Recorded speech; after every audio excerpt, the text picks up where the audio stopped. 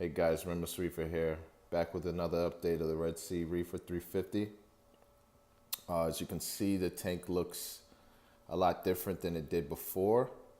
What I did was sold all of my old rock since I was in the process of moving to a new property. I just decided to sell my old rock work. This time I went with Haitian live rock. The reason why I went with the Haitian live rock is because that way I don't really get a mini cycle as bad as using dry rock. I feel like if I was to use dry rock after taking all my old rock out, I would probably have to wait a lot longer to go through a cycle. So I just went with rock that was pretty much live already to help speed up the process. The tank did go through a mini cycle. It wasn't that long, probably about 2 weeks. The tank's been set up since April now. I haven't been dosing. I kind of let the tank calm down a little bit before dosing. The corals had to adjust to the new atmosphere, the new water and all that, because I did a big water change. So I just let the levels come down naturally and just kept checking every week. I just started dosing this week. I'm slowly getting back into the dosing. The green star polyp on the back, I completely removed it. The reason why I removed it because this new rockscape I wanted to do required the rocks to go back against the glass a lot more to create more space, growth space for the acros that I have.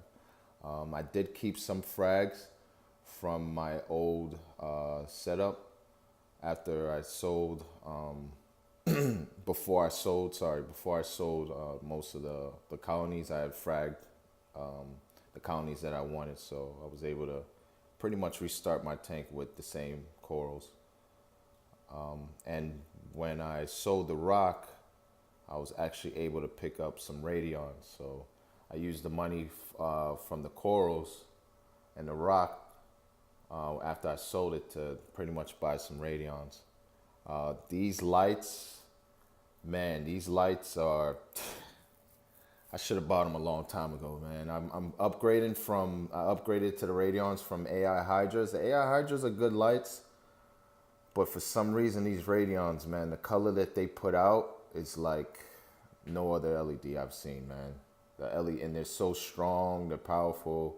I get a good spread on it. I had to actually turn down the intensity, but I'm very happy with these lights. The corals seem to react a lot better to these lights.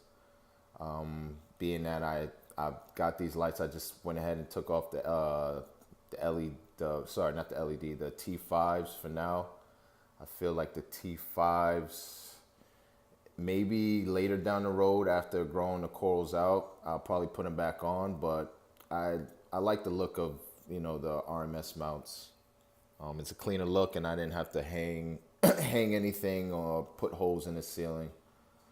Now down at the bottom. Oh yeah, before I go to the sump, I did get rid of the Jabal wave makers and went with the Coral Box QP16s.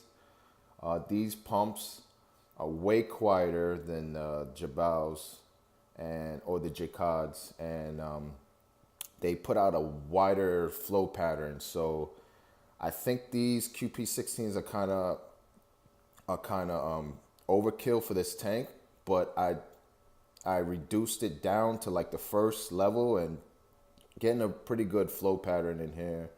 And I'm very pleased with these wave makers, and not a bad price for the money. I feel like this is the best bet. I was gonna go with the Ecotex, but I didn't feel like pulling the trigger on it, so I just said, let me give these a try. I was lucky enough to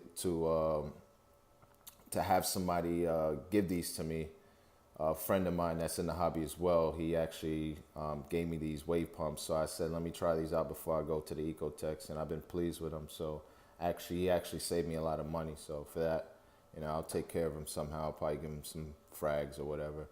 Also, the uh, the new fish in the tank. I picked up an exquisite wrasse. Also, a Midas blenny. Those are the two new additions as far as fish. Now the sump area. If you take a look, the sump. I went ahead and put the refugium back online. You can see here the Chato is growing like crazy. This is probably like a week and a half worth of growth with the Chato, and I already have to probably harvest it pretty soon. The reason why I went back with the refugium, I guess with the new lights, they were causing a lot of algae in the main display. So I just needed something to outcompete it. So what I did was went with a blackout for like 24 hours and just turned on the refugium, and then that fixed everything. From then, the refugium's been working out pretty good and stopping algae in the main display. So yeah, that's it. Just got the skimmer here working. I ended up putting the heater on because yeah, sorry guys, I got knocked off. Somebody called me, so it knocked the video out. Yeah, so like I was saying before, I put a heater in the sump now.